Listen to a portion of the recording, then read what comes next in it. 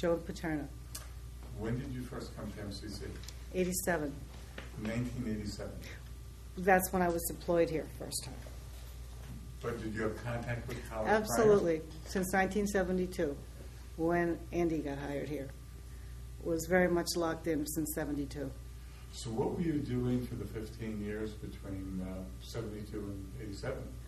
Oh, I worked at Quinnipiac, I worked at UConn, and I did some work on my own. Okay.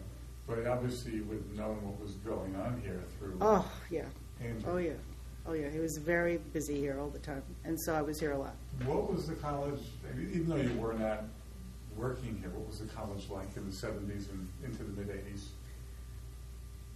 Even when I came here, it was you probably heard this a million times, it was very much like a family. And that was very attractive. And when the kind of thing that happened that we felt was 100% support from everybody. Now, having been at 2 other colleges, the difference is, you can't even measure the difference between this school and the other 2 schools I was at. I didn't see any competition. All I saw was cooperation. And this big thing now that teamwork is very in, we invented teamwork here. I mean, it just happened. It was the normal thing to do. We didn't even know that it had a name. So that's how it was. There was just enormous amount of support. Now, I know Andy took this job coming directly from NYU. Yeah. Was that a bit of a cultural shock? Well, the big cultural shock was when we drove in here and he showed me where he got the job. Because we only had those little portables. And that was a culture shock, coming from New York City to the portables.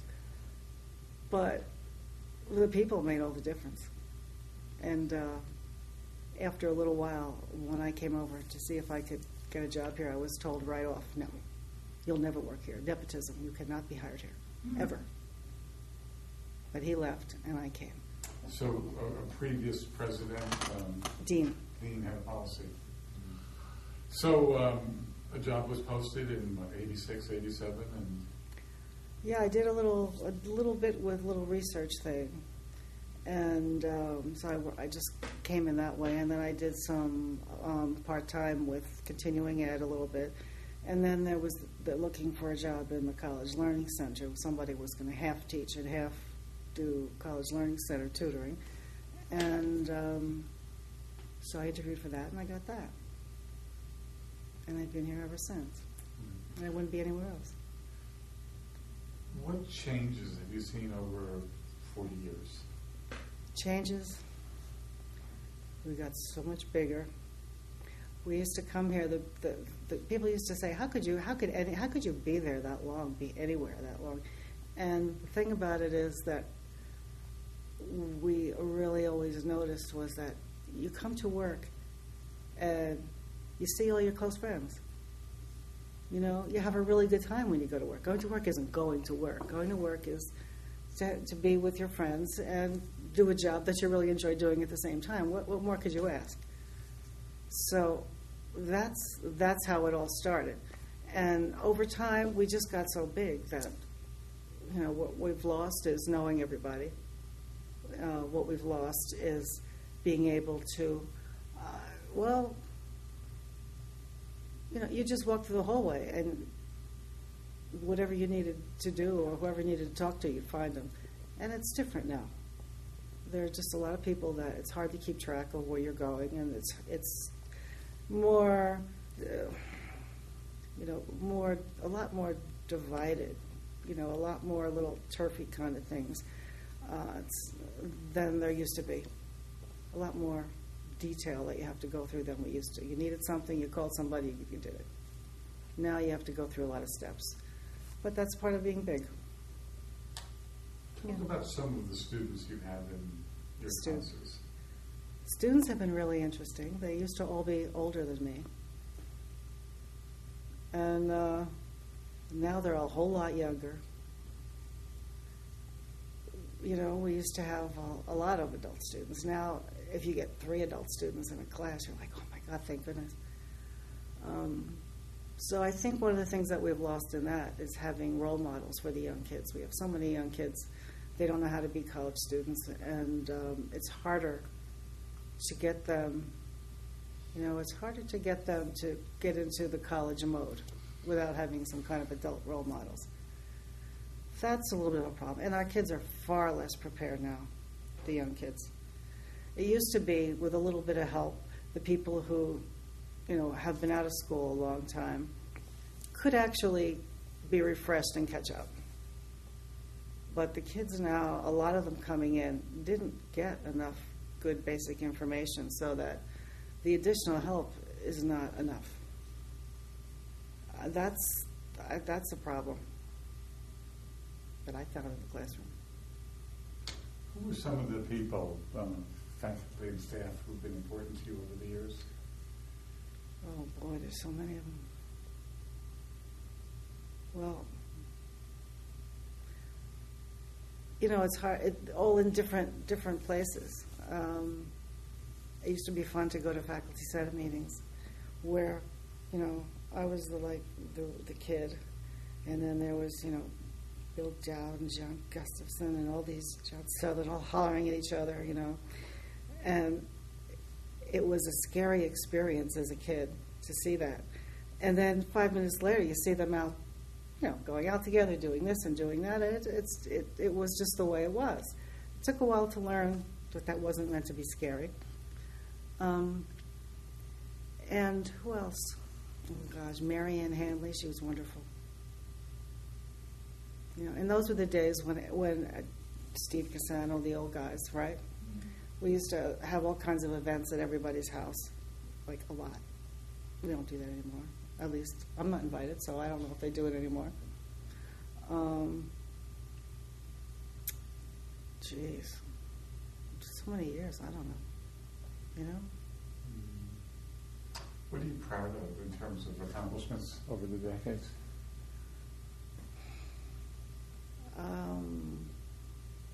I think I did a good job in the classroom, and I think it's important to hold to what we now call academic standards.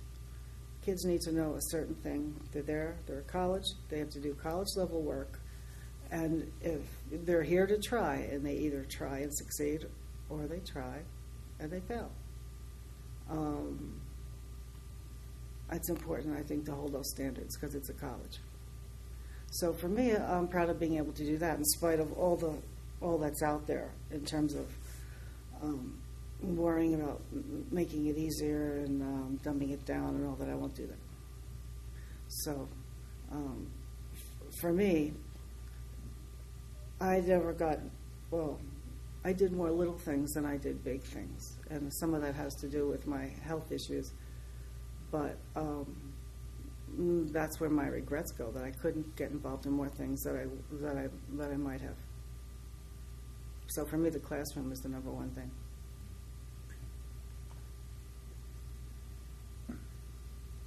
If you were advising someone who's recently been hired to teach here, say someone who's going to start this fall, what advice would you give that person?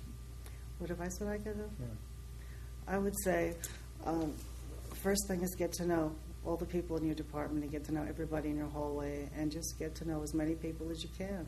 Well, get involved in a lot of things, so you do. And that's one of the fun things is being on, when we used to be able to count for a 20% being on a committee instead of having to show some fabulous thing that you did on it.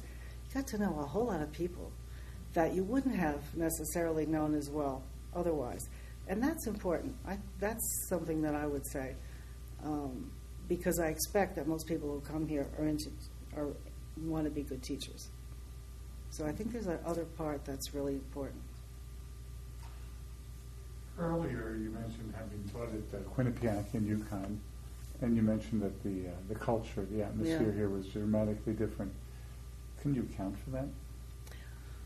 No, actually, I didn't teach there. I was a counselor and assistant to the dean over there. I did administrative work and counseling work at both of them, and there were just different pockets of different people who did their own thing together, and there just wasn't a lot of interaction.